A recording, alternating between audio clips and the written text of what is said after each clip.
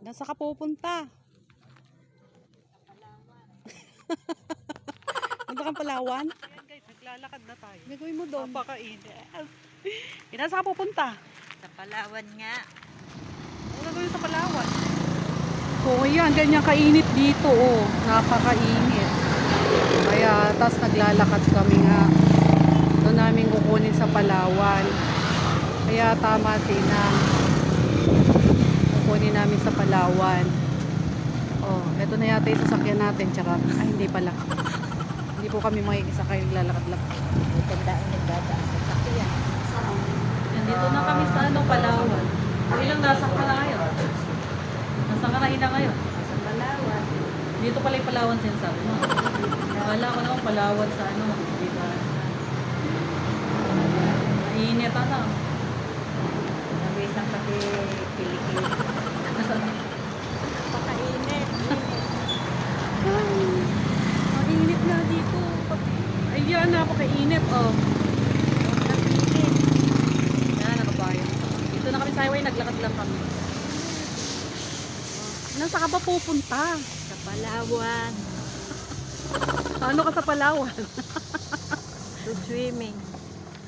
Ayan nga guys, naglalakad na tayo. Maganda rin yung naglalakad paminsan-minsan kasi exercise po yan. Kailangan daw mga 30 minutes nakakapaglakad tayo sa loob ng isang araw. Kaya ayan guys, naglakad tayo. At saka hindi na talaga mawawala ang ganitong traffic. Tapos ayan, nadaan na tayo sa Walter. Tapos nagutom na si Inang. Ang paborito ni Inang. Order na tayo. Ano order? Halika na, pasok ko na. Ha?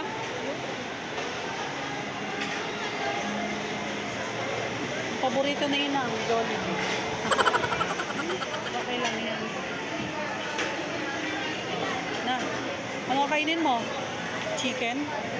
Paborito mo ba yung Jollibee? Yan, tahimik. Sarap ng kain, Inang. Inang, ano ginagawa mo? Bukas ng patay. Iced tea? Pinahugas ko ako. Kasi inumin. Ay, gano'n?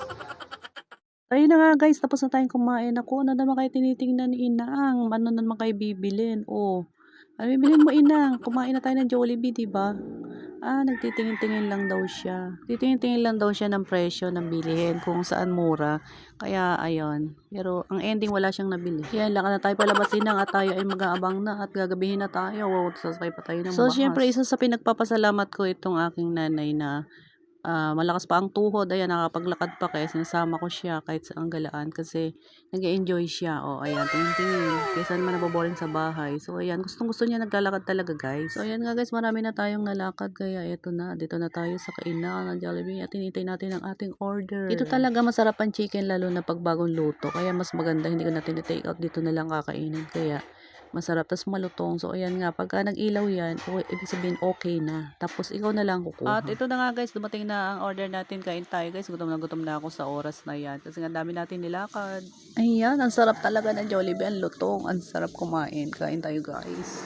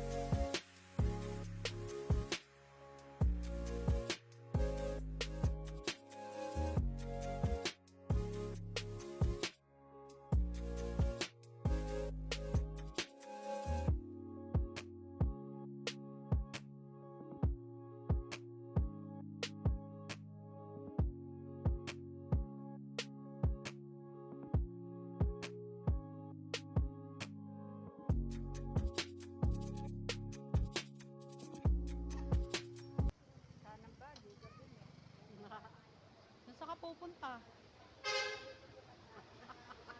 Sa Baguio? Baguio?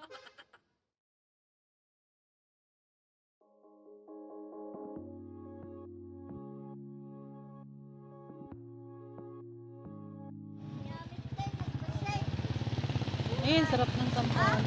Uray basay. Oo, nagbatik 5 piso sa napulot ah. Ano ba yung salita mo? Mura. Ay, mahal Uray ka. basit. Batik sa napulot. Inang ano hinahanap mo? Ayun. Oh, pupunta. Nanay na gala. Ano na naman yung bibilin mo?